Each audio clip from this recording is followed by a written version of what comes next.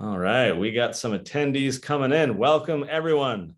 While we gather everyone together, looks like everyone's jumping in. I want to say hi, I'm Connor, and I'm actually not in Utah where I normally live. I am right now in Phoenix in a hotel room, which, I'll give you guys a little sneak peek at how glamorous this life is. I have the trash can turned upside down so that I can prop this up at a better angle. So for all you kids out there, that's how we got to do things sometimes. We got to adapt. So hello from Phoenix. I'm not sweating right now because thankfully it's air conditioned, but otherwise it's really hot. And then Emma, why don't you introduce yourself? And you're actually not at home either. I am not. I am actually in Scappoose, Oregon, which is the town I grew up in, staying with my grandparents for the weekend, visiting them. So if any of you guys are from Scappoose, we should talk because it's a small town. We probably know a lot of the same people. But yeah, I came on board the Tuttle Twins team earlier this year to mostly help launch this magazine. So it's been a really fun project. It's been very exciting to get to work sort of in the news world and help make news more accessible for kids, because I know there aren't a lot of great publications that make sense and that are coming from a good point of view for kids to read and to enjoy. So I'm really passionate about staying informed and keeping up with current events. I have in past jobs done some TV news media type stuff and just sort of seen the impact of that and learned sort of how that world works. So it's been super fun to come on board and get to work on this magazine and see it go from just this crazy idea that Connor and I were working on all the way to a real thing that we're holding in our hands. So I'd be curious to see in the chat how many of you guys have received these in the mail. Maybe just drop like a, hey, I have one if you have. If not, let us know, because Connor maybe can explain a little bit about how we sent those out and sort of who got those and who didn't. Emma, I'm actually going to add on to what you're saying, guys. For all the kids listening, tell us in the chat what city you're from or what state, if you want to keep it that. And if you got the magazine, you could do a little thumbs up emoji, or we got one, or let us know. San Diego. I'm actually from San Diego. That one was fun to see. Nice. And oh wow, now the chat's going too fast. I saw one Brazil. Oh, cool. That's awesome. Yeah, Santa Cruz. We got Canada, the free state of Florida, New Hampshire, a lot of freedom in New Hampshire. Hawaii, not a lot of freedom in Hawaii right now. Nice. A lot of people. Okay, wow. You guys are, hey, we got Jessica from Phoenix. Hello from down the road. I'm here for a couple days. Ridgefield. I think that's kind of near where Elijah lives, our illustrator. What did you see, Emma? Massachusetts. Massachusetts. Idaho. Nice. You guys are everywhere. All right. Well, that's exciting. Alaska. I've never been. I want to go there. So as Emma said, we sent out to a ton of people this magazine, and we sent it to what, Emma, like 135,000 homes, I want to say. Yeah. And for people who had recently bought books from our website, obviously, if you buy off of Amazon or something, we don't know who you are or where you live. And we didn't get everyone, and it's not perfect. It was just an attempt to kind of blast it out there. And if you guys saw, in fact, this is probably showing up backwards. I think it comes up backwards, but it says special edition issue 0. And we had someone reaching out today say, what is this like issue 0 thing? That doesn't make any sense. So what Emma put together for us with Elijah, who illustrated it, and others who've helped, is a special edition magazine that isn't even number 1. This was just a fun one that we wanted to send out for free to our whole community. And for any of the other parents, we have a PDF that we can send out if you didn't get it. And just to show you, like, hey, here's a new product. Here's something that would be fun. I remember, Emma, when I was a kid, I got Boys Life magazine. And I got, I think Highlights was the other one, if I remember right. Yeah. That one too. And so we thought, it'd be fun to do something in this format that would teach a lot of the ideas of free markets and property rights and stuff, but on a more regular basis. So this edition is all about money. And Emma and I are going to talk about this. We're going to get to your questions too. In fact, here's a reminder. The chats, people are having fun in the chat, still telling us where they're from. There's a whole separate section for Q&A for your questions. And so if you would like me to answer one of your questions, and then Emma will be chiming in as well, then you need to put that question in the Q&A section, because if you put it in the chat, it's going to get lost and it'll just get swiped up and I won't see. So Emma's going to help walk through the questions towards the end. Maybe you have a question right now from something that you encountered. Maybe it's about the history of money or this weird Bitcoin thing or something else, right, that we read about. If you have a question that you came prepared with, go ahead and put it in now, just so we got it, and we'll make sure that we get to it, okay? So if you're ready, if you came prepared, awesome, go ahead and type it in. If you don't have one now, that's fine, but if as we go through, you think of one, make sure it gets in that little Q&A section so that we don't forget it. And I'm gonna talk to the parents just for a minute, and then Emma, I'll have you add anything else you want before we get into the content. So for all the parents, if you're there watching with your kids, just as a reminder, I think we said this in our email and wherever you found out about our Zoom today, and we got a lot of people on the Zoom. This was a free magazine that we wanted to send out. And by the way, thanks to our sponsor, which is Fee. If you guys don't know about Fee, they're awesome, fee.org. Foundation for Economic Education. They have all kinds of awesome videos and articles, especially for the adults and the older kids, to learn that. Wow, we already got 14 questions typed in. You guys are awesome. And so we sent this out to a whole bunch of people. And this Q&A that we're doing to talk about this edition is also available to anyone, which is why all of you are here. Now, starting next month, we won't provide this Q&A to everyone. It's going to be a benefit just for those who are in the Tuttle Twins tribe. So when you go to TuttleTwins.com/magazine, which is on the back of this magazine, you'll find out a little bit about the magazine. You'll find out about the tribe. You can decide whether you want just the magazine or if you want all the extra benefits that come from the tribe. One of those benefits is this Q&A. So starting next month, it's going to be a smaller group just for our tribe members and their kids, so that we can talk about this with kind of our close-knit community of kind of the core committed people who want to be in the tribe. So this is kind of a little special perk. And Emma, correct me if I'm wrong, I think today is the last day for people to sign up, whether it's just the magazine or the tribe. If you sign up by tonight, then you're going to be on the list to get the October magazine, which is printed next week. Isn't that right, that today's the deadline? Yep. So if you order it tonight is the cutoff, anytime this evening before midnight. We're going to be sending in the list tomorrow to the printer who's making these magazines for us. So if you want the magazine for October, got to sign up tonight. Awesome. So just a word of caution to the parents there, because the clock is ticking. And if you don't yet, haven't yet signed up, make sure to do it tonight so that you get October's. In fact, I want to share really quick before we start. I'm going to share my screen and go to Facebook. So part of one of the benefits of being in the tribe is a private Facebook group just for tribe members, where we're going to be sharing some of the behind the scenes content. And so here's Emma just a few days ago sharing some behind the scenes stuff. Here is the October magazine. And so I just made it full screen there for you guys to be able to see that a little bit better. Emma, give us maybe a little teaser of what's going to be in that edition of the magazine. So in October, we're talking about spooky stuff. We're talking about mysterious things. We're talking about conspiracies. So there's a lot of fun stuff that we're talking about there. We're even talking about if there was a candy bully that came into your room and stole all your Halloween candy. So it'll be a lot of fun. I'm excited. Looks like there's a candy bully at the very bottom of the graphic. I just noticed that Elijah drew in there. There's a little mouse running away with a piece of candy. So some little Easter eggs and fun stuff in that magazine. If your family wants to get that, you got to make sure that you're subscribed tonight. So, and we chose doing the Zoom as a last minute thing just to make sure everyone was very clear, like, you got to sign up. So TuttleTwins.com/magazine. If you sign up tonight, you're going to be on the list to get the October magazine. Okay, Emma, I'm going to say we got 35 questions and probably more will come in. So I'm going to go really short, you guys, on how much I talked just about some of the stuff in the magazine, because I think getting to the questions is the funnest part for me. I think it's the funnest part for everyone else to get some like real-time responses. So again, if you haven't yet put your question in, go ahead and do that. So all about money. So when you learn about free markets, when you learn about economics, really you're learning about what is money. And there's an awesome graphic here in the magazine that we did called The History of Money.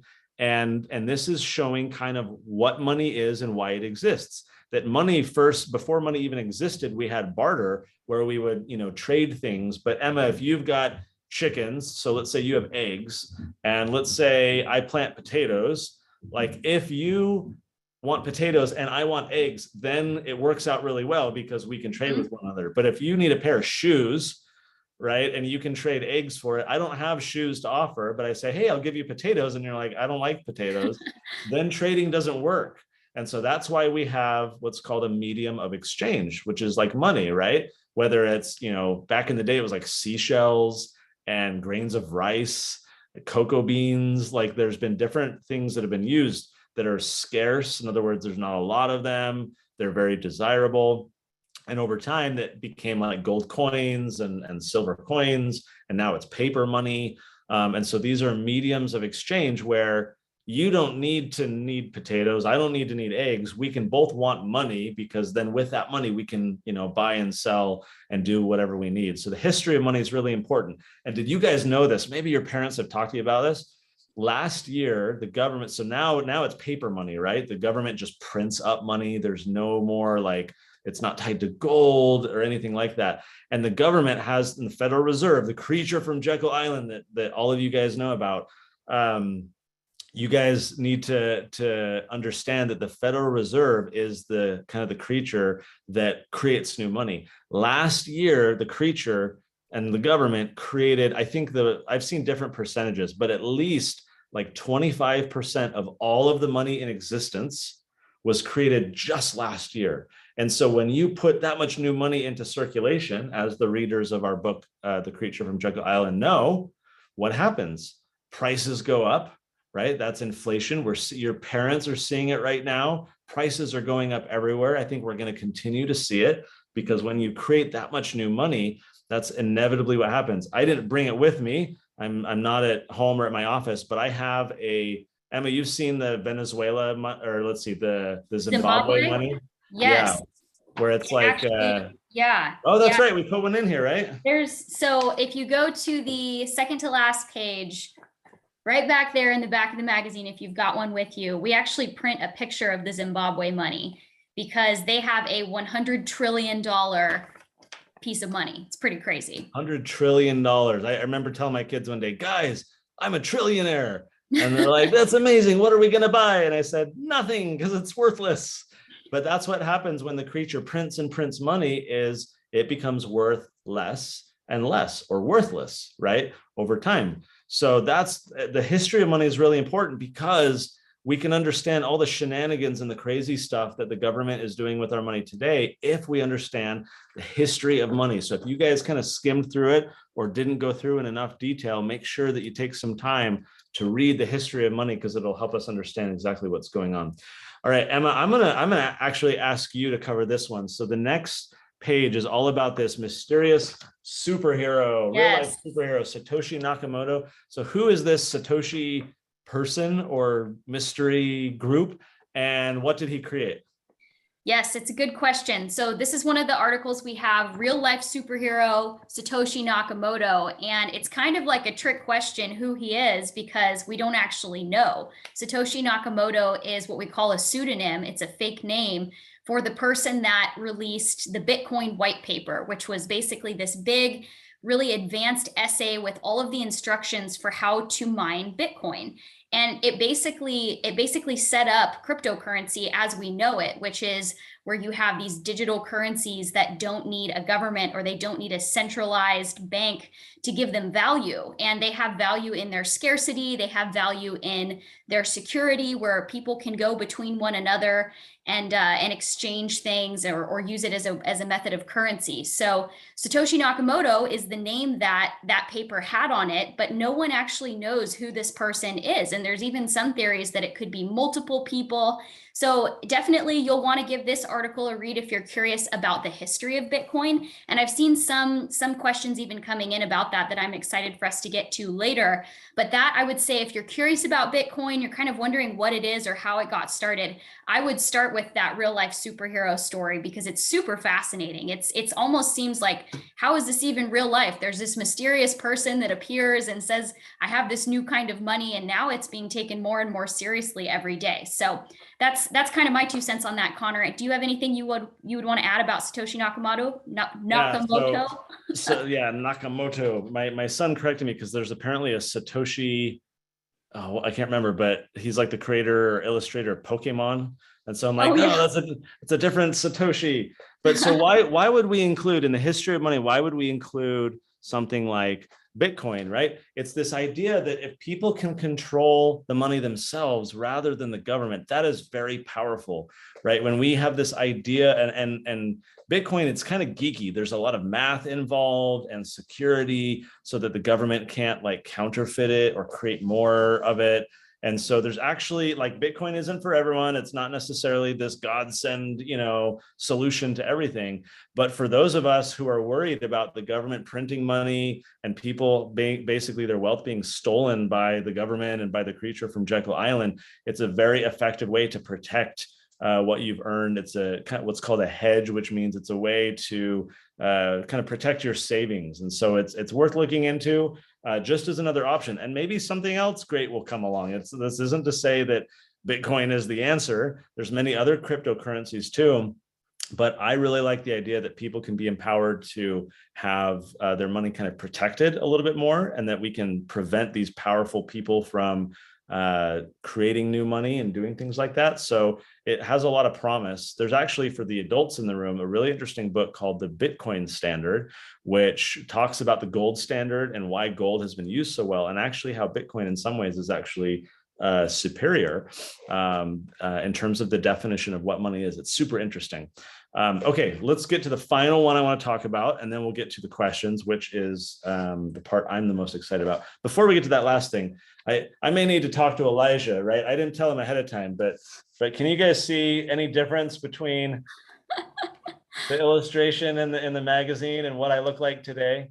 I think we need to do a little bit of an update. And the problem is the photos that we keep using in the books are the original photo from years ago when we did our first book, and we've just reused the same one. But I've had this for, I don't know, 5 years or something. So maybe a future edition of Ask the Author will have some fuzzy brown stuff scribbled all over the graphic.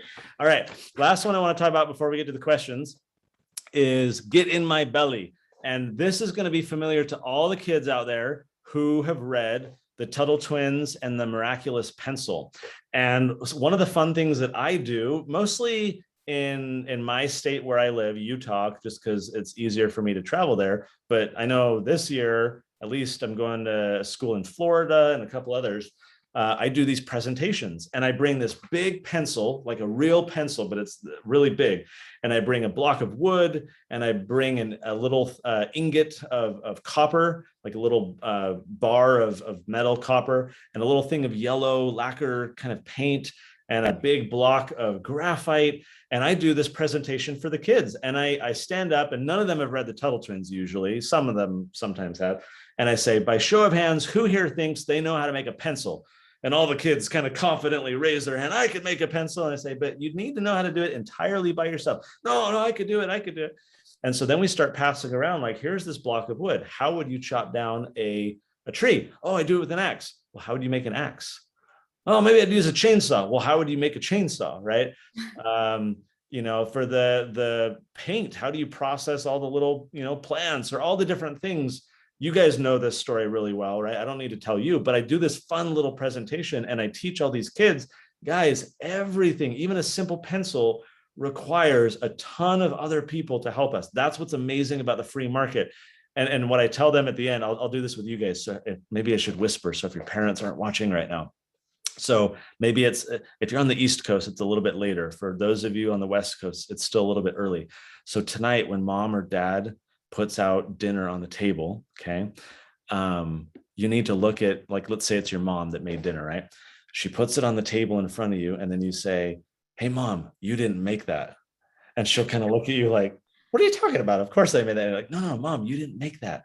And maybe she'll be a little offended or a little insulted or whatever, right? But then you can teach her what you've learned, right? And that's, she actually didn't make it, right? She's just kind of combining the final few steps, but tons of other people were involved in helping to produce that meal, right? And so it's kind of fun as a family to go around the dinner table and think through. I mean, this is a fun little activity. And so I tell these kids in the presentation, after you tell mom that, you got to make her feel good. So you don't want to like insult her, but you say, hey mom, let's go through and be grateful for all the people who were involved, the farmer and the people who built the roads and the grocery store and the investors who helped, finance the grocery store and all the people who stocked the shelves. And like all of those people are necessary just so that we can have the meal. And all these people in the chat are telling me what time it is. We had someone like it's Friday morning where they're out on the other side of the world.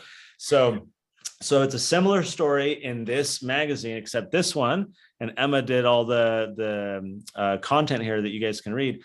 Get in my belly, and it's the crazy journey of a delicious burger delivery, similarly to show that all of these people are involved in us, on an app or whatever, ordering our food. Emma, why is it important for kids to understand how the market works and how all those steps are involved? What does that like accomplish? I think there are a lot of important parts to play there. So first of all, there's an understanding of where our food comes from, where the things that we need and that we use every day, where those come from, and the people who we need to make them.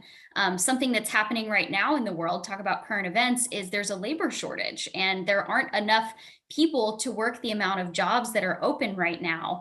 And it's causing problems like, truckers aren't able to get the right quantities of stuff to the store. So maybe you've gone to the store recently and something that you needed was out of stock.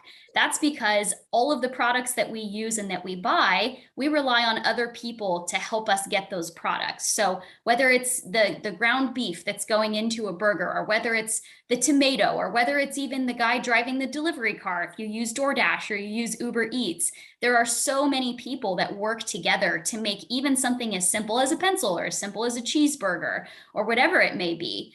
So it's important to understand how many people are involved in that process, because it gives us not only respect for the things that we're buying or that we need, and it gives us a sense of understanding of our part to play in the economy, but it also helps us understand how hard people work to make these things happen. And it gives us an appreciation of that. And it also gives us an appreciation of freedom that allows us to choose what jobs we want. It allows us freedom to pick what kind of food we like. And for every little decision that we make, like maybe you don't like burgers, maybe you like Thai food, or maybe you like pizza, those decisions all have ripple effects. And that's one of the cool things I love about our Miraculous Pencil book is, in the end, Emily and Ethan are talking about, wow, I mean, I'm thinking about all these different things that we have in our lives and all the people that are involved in making them. It's a pretty cool thing when you start to think about that and think about all the people that affect those products that we use and don't even think about.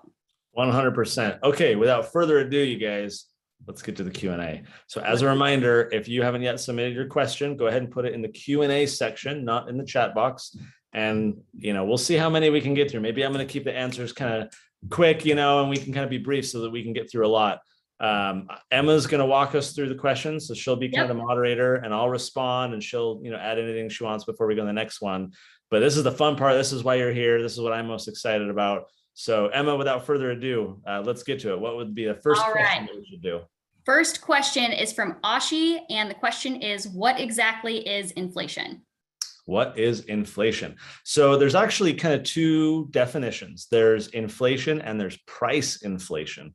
So before there's price inflation, you have just normal inflation, which is when more money is being created in the total amount of money. I mentioned just a few minutes ago that last year, the Federal Reserve, which is the creature from Jekyll Island, and the government created a ton of new money. And they said, oh, we're worried about the pandemic and all these problems. Let's just create all kinds of new money and hand it out to all these people. And so that was immediately inflation. And think of it like inflating a balloon, right? You're blowing more air and it's getting bigger. And that's what they're doing with the economy. But then once they do that, the business owners start to see, well, wait a minute, like people have more money now, so I can raise my prices. But then when we go shop there and the prices are higher, then we think, I need to earn more money because I can't afford those high prices anymore. So I'm going to go ask my boss for a raise. And then your boss has to pay you more.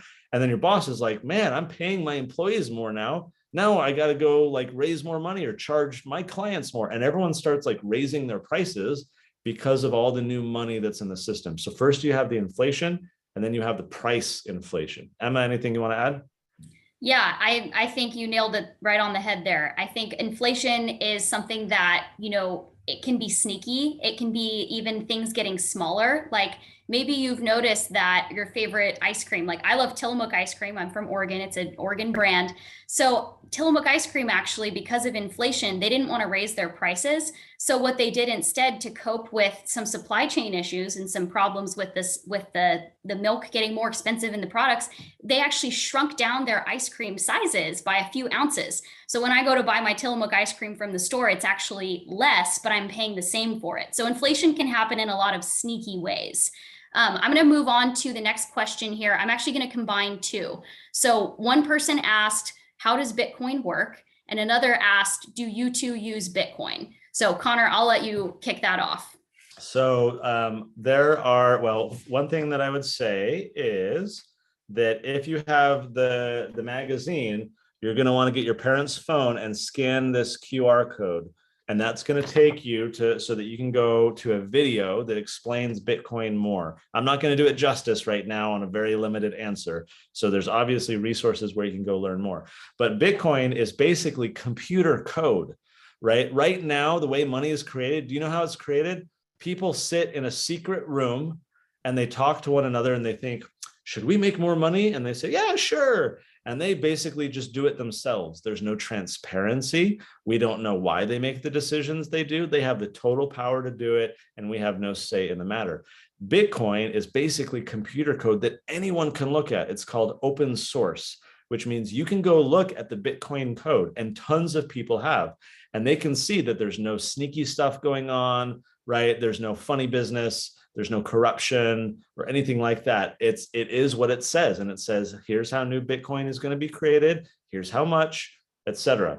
And so then there's computers all over the world that are looking and saying, okay, this wallet, this little, think of it like a wallet, or even like when you use Venmo or PayPal, right? They'll say this wallet sent 1 Bitcoin over to this wallet.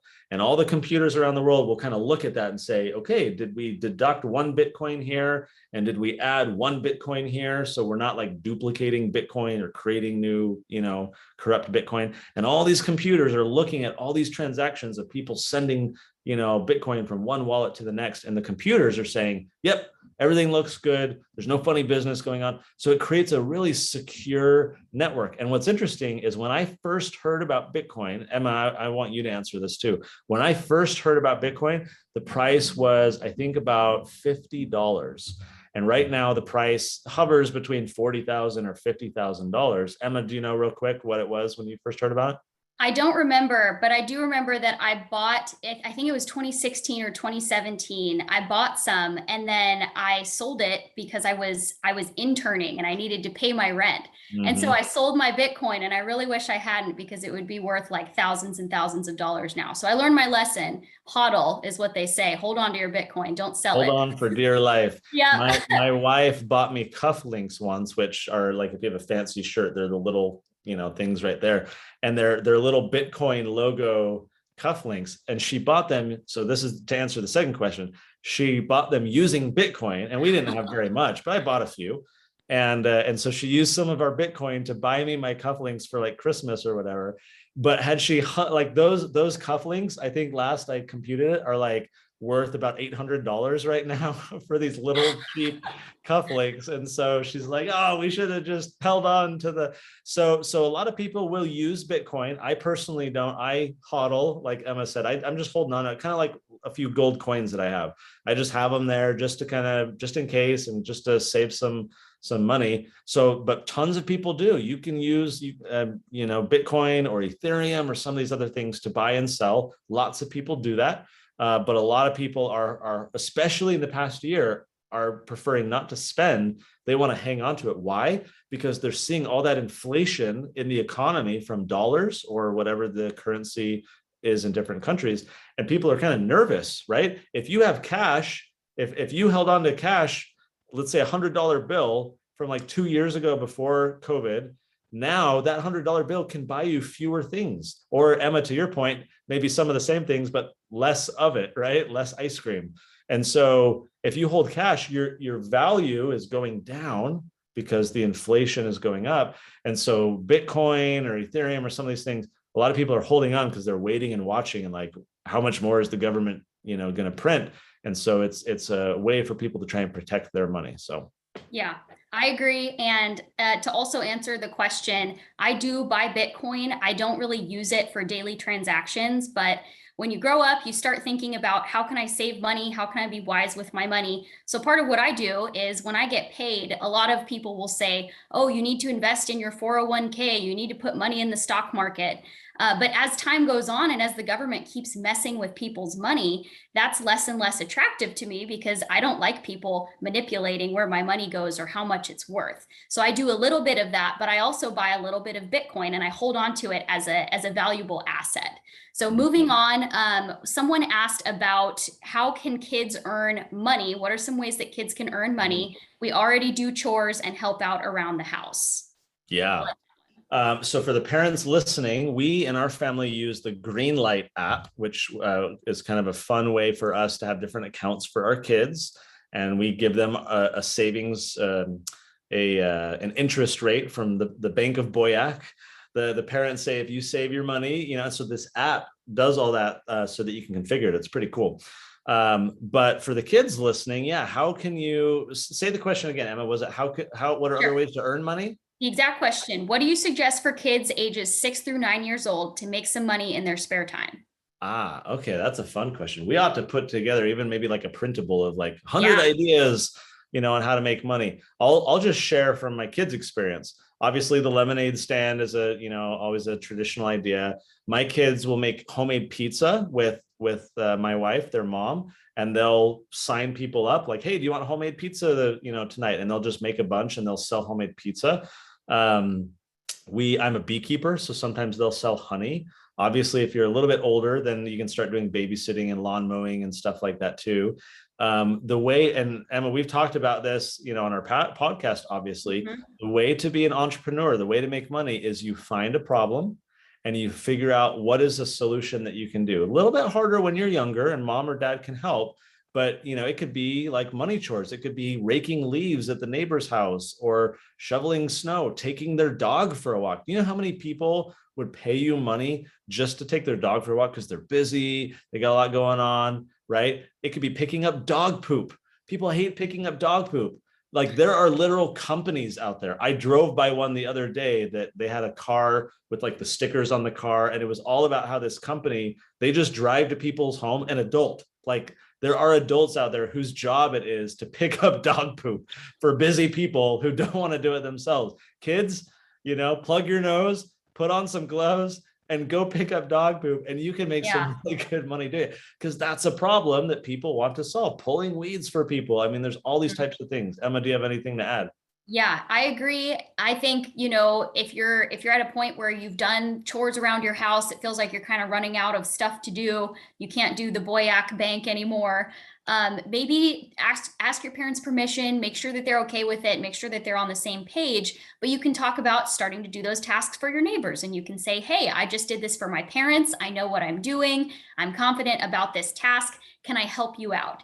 And like Connor said, the key there is to be solving other people's problems, right? That's the way that we make money. That's how businesses make profits. They make other people's lives easier. They solve their problems. They do the things that other people don't want to do. So that's what I would start thinking through is what are the problems that my neighbors have? Are their trash cans always falling over? Is their yard totally swamped with leaves because it's the fall now and they're all falling off the trees? How can I improve their lives and make them easier? And anytime you're asking yourself that question and being willing to do those things that might be inconvenient for others, there's always going to be an opportunity for profit. So our next question. Oh, go ahead. Before we go on to the next one, let me plug a friend of mine has a company. I've shared this before on our email list. It's called myfirstsale.com. tuttle.com. And so for the parents out there, write that down, go type it in your browser. You can look at it later, but it's a fun way to get kids involved in their first sale, setting up a little e-commerce business, figuring out what you're going to do. So myfirstsale.com is what I'd recommend checking out. But great question, because the kids who are thinking entrepreneurially right now, they're trying to figure out how to problem solving. You're going to be amazing as teenagers and adults if you're always trying to pay attention to what are the problems that other people have and how can I solve it for them. You're going to make a ton of money. You're going to help a lot of people, because again, entrepreneurship is service. Right? Yeah. You're going to be able to serve other people. You're going to make their lives better. They're going to reward you financially for it. You're going to have a really good life if you start thinking about problem solving right now. Yeah, exactly. So next question comes from Xander, age 10. He says, why do you think it is important for kids to understand money? Well, I think it's important for kids to understand money because most adults don't understand money. And you guys know how it works with the Tuttle twins. The kids who read our books are smarter than most adults. There are so many people, adults, who don't understand how money works. And when they don't understand how money works, even when they make money, and sometimes people will even fall into money. Their grandparent dies and leaves them a bunch of money, or maybe, some stock they invested in goes crazy. Those people lose money very quickly because they'll just go spend it and they don't understand savings and investment and delayed gratification and all these types of things. So it's important to understand money because you can make smarter decisions. You want to control your money rather than your money controlling you. And for example, guys, there's so many people out there who don't even save. There are old people who are retiring who have never saved. They've spent all their money. They don't understand budgets and investing. And so in fact, my mom is an attorney. She's called an estate planning attorney. And what that means is she helps people plan for, when they die, your will, what do you want to have happen to your home and your, money and all these things. And she would tell you stories about how blown away she is at how few people prepare, right, and think long term. So when you understand money, you understand, for example, that the value of your money is going down because of inflation. And so when you understand that, as just one example, you can make smarter decisions. You can say, well, I probably don't want to just put money under my mattress, because then when I pull it out in 10 years, it's going to be worth less. So now I can make a smarter decision, right? Maybe it's buying Bitcoin. Maybe it's buying gold. Maybe it's investing in a company. My kids have that green light app, parents, that I talked about. You can even invest through that app. So your kids can start getting in investing, or with Robinhood, or whatever. And so why do you need to understand money, kids? It's because you're going to make way smarter decisions. And especially as you get into your teens and adult years, you're going to be set up much better for life because you have the information to make really smart decisions. Nice. Yeah, I completely agree. I think the more you know about money as a kid, the more it will serve you as an adult when it really is super important. I think nobody gets to just not care about money. If you decide that you just don't care and you don't want to learn, you're still going to have to deal with it. It'll just probably be on someone else's terms rather than your own. So that's my 2 cents there. Good question here about the messed up market, which we referenced in the magazine. So I want to let Connor answer this question. It says, in the messed up market, the kids had to stop their fare because they didn't ask the government's permission. Does this happen in real life? So I'll give you guys an example. A few years ago, I saw several headlines that really upset me. Headlines in the news. I saw news stories that really upset me. Maybe you guys have seen these before. These were news stories across the United States of little kids getting their lemonade stands shut down. One story was this 4-year-old girl. She was selling cups of lemonade, 50 cents a piece. And she was told by someone in the government, her parents, and she were told, they literally walked by and said, you're not allowed to do this, because they said she needed an $80 business permit. $80. Guys, do the math really quick in your head. How many cups of lemonade would she have to sell in order to have $80 in profit? Now, if you think 160, you're wrong, because there's a cost for the lemonade and the cups. I said profit, right? Not revenue. See, this is why understanding money is important. It's 160 cups to get $80 in revenue, but she had cost of goods, right? She had to, or her parents, right? You have to buy the cups and the sugar and the powder and all these things.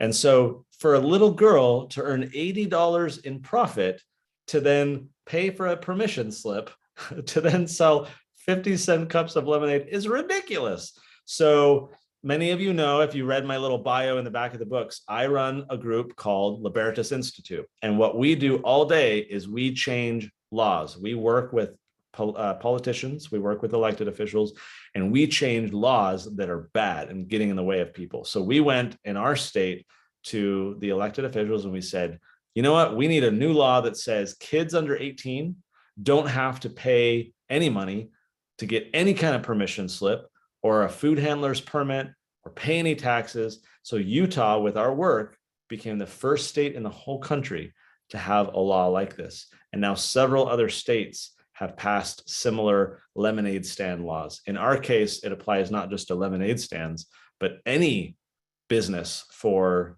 a kid. In some states, they apply it just to lemonade stands or beverages and so forth.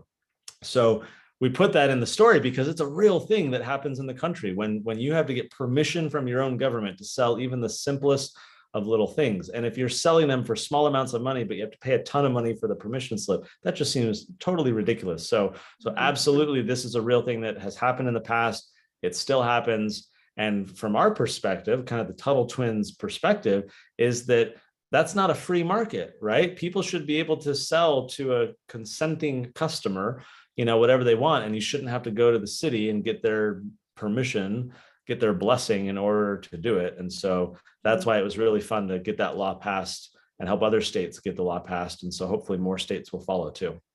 Yeah, it's awesome. And that whole idea of there being a permission slip or being some sort of stupid process that you have to go through to run your simple business. It's simple enough. You've got customers, they want your product, you want to sell it to them. That's called barriers to entry. And it prevents people from actually getting involved in starting businesses and creating their own source of income. And it's an unfair way that the government can prevent people from providing for themselves. So that's why we care so much about it, is it's not just lemonade stands. This is something that happens in all sorts of fields, whether you're a hairdresser or you want to do people's nails or you're a mechanic. There are all different fields that have to deal with these sorts of permission slips. And sometimes they can really prevent people from being able to earn a living for themselves. So I've got another question here from Sophia in Florida. She says, do you think paper money is going to disappear and people all over the world are going to start using cryptocurrency? So what governments are now looking at is how they can make their own currencies digital. Do you guys remember last year when all of a sudden, like, no one had coins and suddenly coins like disappeared and businesses were saying, we don't have coins anymore. We can't, like, then you kind of scratch, your beard if you have a beard and you're like, something funny is happening here, right? And so I don't think, Bitcoin or crypto necessarily, but I think the governments are trying to move to digital currencies, but digital currencies that they still control. Because what governments don't want to do is give up the ability to just create more money whenever they want so that they go fight wars or help their friends and give them money and all these things. They don't want to give up that power, but they do recognize that there are a lot of benefits when you do things digitally instead. I think there will always be cash, but there are a lot of people who want to fight that because the government wants to see everything. And if I go to the ATM and I pull out cash and I pay, someone who pulls weeds in my front lawn, the government has no idea, so they can't tax it and they can't track it. And so the government wants to know everything. Even right now, Congress is trying to make it so that even in your bank, if you're doing a transaction of $600 or more, that they can that the government would be able to know about that. Right now, it's $10,000 or more. So the government gets reports whenever a lot of money is being moved around, but they're trying to lower that amount. Why? Because they want to know more. They want to be able to track all this. And that's why they don't like cash. I don't think cash ever goes away, but I do think there's a lot of people who are trying to make that happen. What do you think, Emma? I agree. I think anytime the government gets a chance to kind of get to keep an eye on what we're doing and know what we're up to and know how we're earning money and just be generally involved in what we're doing and controlling us, I think it likes to take those opportunities. So if it can do that through cryptocurrency or through some sort of government digital money tracking, that will always happen. But I agree with Connor that cash will always be a thing. Miranda asked, how can kids protect their money from inflation? I like that question. How can kids protect their money from inflation? That is a really good question.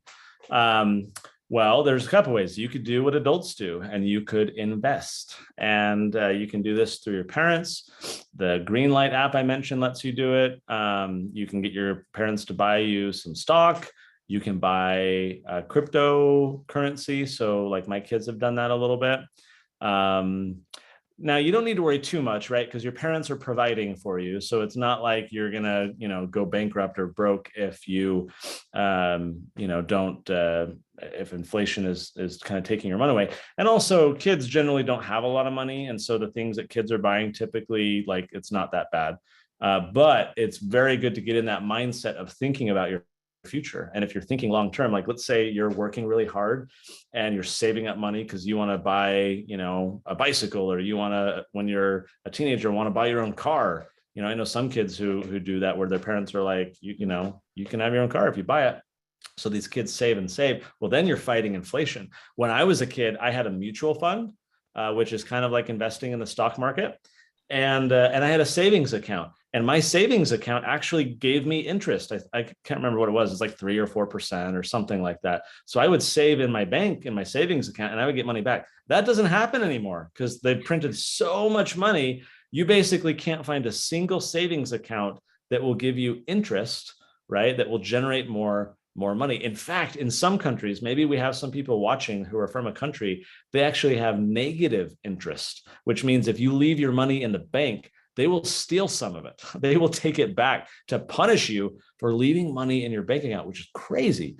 So what can kids do? Again, it's kind of the same answers as adults. You almost have to invest money, or you have to buy other things, right? It can be gold and silver if you're into that. It can be crypto if you're interested in that. Some of these things that you hope will retain their value over time, so that like when you later sell that gold coin or that Bitcoin or that stock, that you'll at least be able to break even, if not hopefully make more money. Emma, what are your thoughts? I agree. I think looking at maybe not so conventional ways that you can keep your money's value might be not necessarily just keeping it in a bank account or keeping it in a piggy bank, because like we've talked about, the government is going to keep printing money, and you're going to take that stuff out of your piggy bank in 5 years and it'll be worth less than when you put it in. And that's not what you want.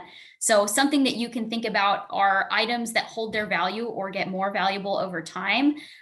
Property in general, land is what does that. So a lot of adults right now are buying land because they understand you can't make more land. There's always going to be the same amount. So it's only going to get more valuable over time. So maybe think about some ways that you could sort of copy that as a kid. Maybe there's collector's bikes or some sort of item that holds its value over a long time. Maybe you could buy one and then sell it in a couple of years, and then you have a profit. And if your profit outpaces inflation, you're actually earning money. You're not just getting away from the inflation and escaping it, but you're actually continuing to make profit. So that's something that people do as adults. They do that with property, they do it with cars, they do it with all kinds of things, but you have to do it the right way. Otherwise, you can end up losing money. So you have to be smart about what you're investing in. Emma, let me chime in before we keep going. I told people we do 45 minutes. So here's what I'm going to do. We'll do 3 final questions. Perfect. But before we do that, I want to talk to the parents really quick. For anyone who joined late, we're talking about our brand new monthly magazine. And if you sign up by tonight, you'll be on the list for the October magazine. So if you sign up after today, tomorrow, next week, you won't get the first one until November. So if you want to get the first issue, number 1, October, this was issue 0. This was a special little edition that we sent out for free. But if you want to get the first issue and be on the list, you have to sign up tonight. So that's at TuttleTwins.com/magazine. And you can either get just the magazine, or you can join the tribe, where you get access to the future Q&As like this that we'll do every month, but this is only going to be for people who are in the tribe. So if you want to have access to this and be able to get questions asked and answered, make sure you do the tribe. So TuttleTwins.com/magazine. Make sure to do it today. Emma, let's do our final 3 questions and then we'll call it a night. Perfect. I'm going to do one quick bonus question to answer that ties into what Connor just said. Someone asked, will these sessions be available for viewing after the fact? They will be for tribes. So this is going to be a tribe benefit, are these discussions. And if you're in the tribe, we're going to record them and put them in that group and make sure that you have access to them afterwards. So maybe even if you can't make one, or if your schedule doesn't allow it, you'll still be able to watch these. So that's just a quick answer. Rosalie asked, what is the best way to grow your business? I think that's a good one to do in our final three. That's really good. So I think I saw Rosalie typing in the chat. I think she said she's 12 and that she's launching a business. So that's awesome. That's really, really cool. In fact, in our magazine, we're going to regularly be featuring stories of youth entrepreneurs. And so in this edition, we talk about Caleb and Carson and their spices that they have. So Rosalie, once your business gets off the ground and you've had some success, make sure to reach out to us. We put our contact information in the magazine, and we'd love to feature your story. How do you grow a business? Well, that is hard. I remember when Elijah and I did the first Tuttle Twins book, no one knew what the Tuttle Twins was. No one had heard of this thing. It was brand new. And so how do you get people to hear about it? How do you grow your business? Very, very hard. What I did is I went out to people that I knew, or I went out to my friends and I asked for them to share it with their friends. I sometimes gave out free samples. So I would take a Tuttle Twins book and I would give it to someone and I'd say, hey, would you share it? Like, if you like this, would you talk about it on your social media? Would you take a picture and say, hey guys, look what I found?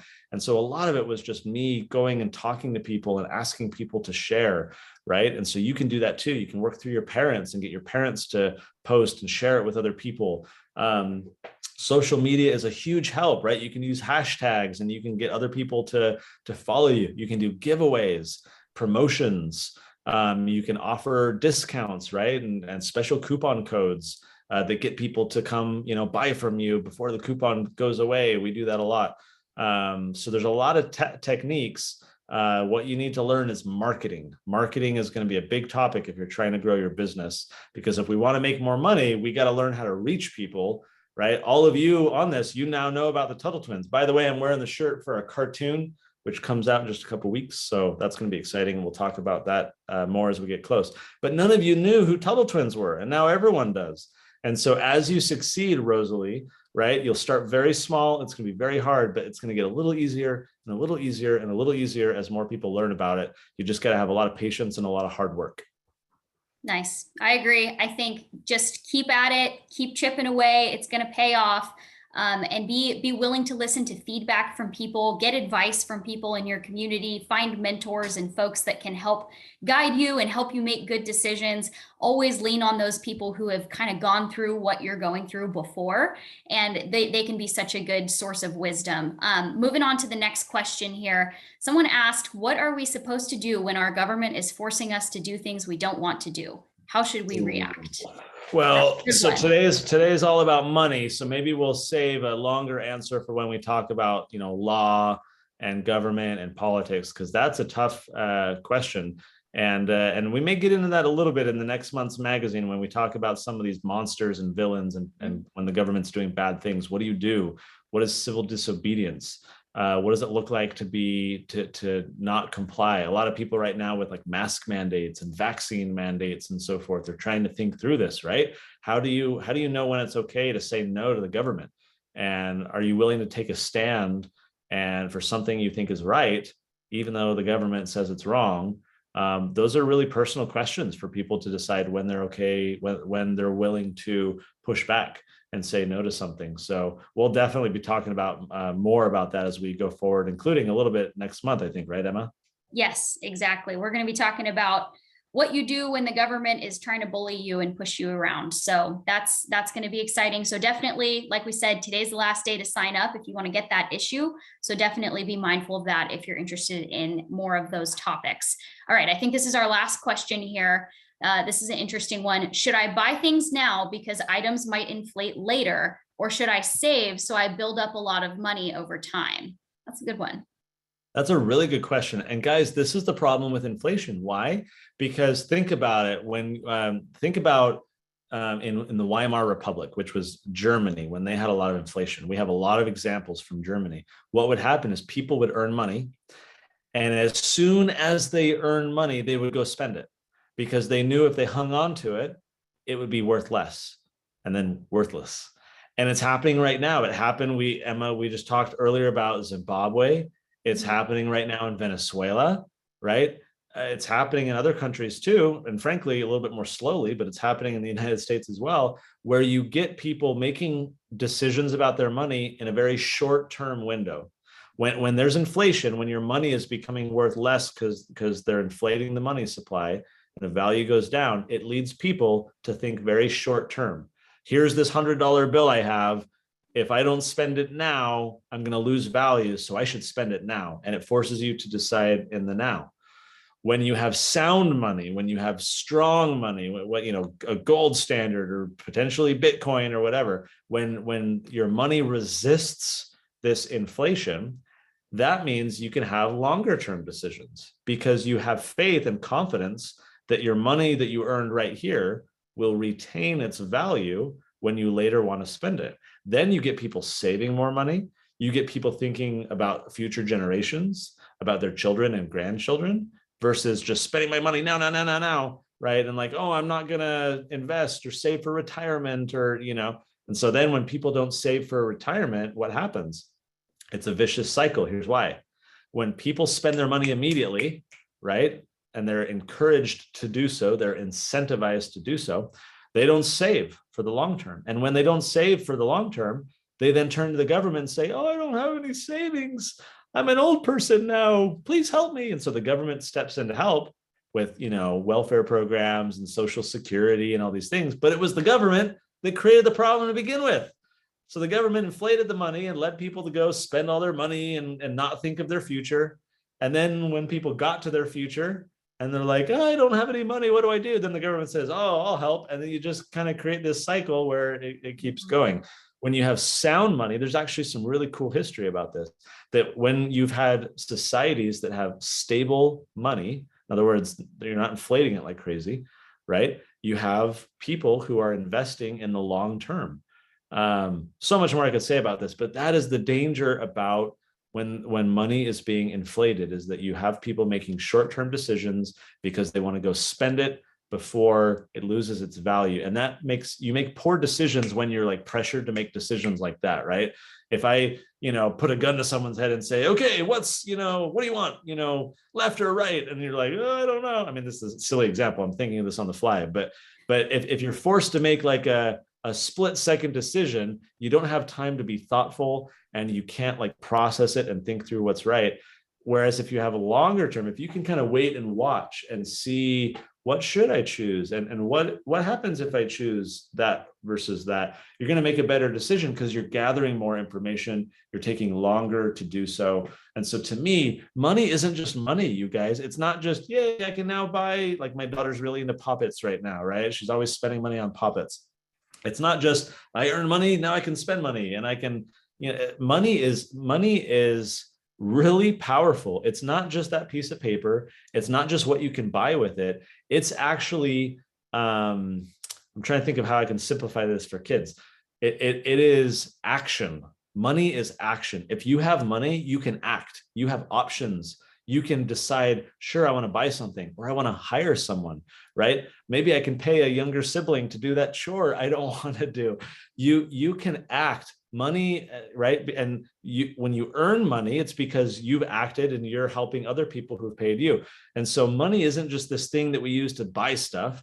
It's a representation of our actions, right? I like Emma, going back to that example where you've got eggs and I've got potatoes, right? I acted, I planted potatoes and I did all these things, and you got chickens and you did all these things, right?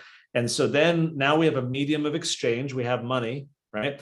And so, because we're not in a barter system anymore, the money that I have from selling my potatoes represents my actions. All those actions of planting the potatoes and harvesting and cleaning the potatoes, bagging them up, taking them to the market, that money is like, it like stores all my actions that I've done. And same thing for you and your eggs. So then when we go and say, hey, I want to buy shoes, to use our earlier example, right? Those shoes were made based off of someone's actions. And so you're exchanging money, which is your previous actions, with someone else's actions. It's like we're still bartering, except now we're just using money as the thing in the middle. So money is actually really powerful.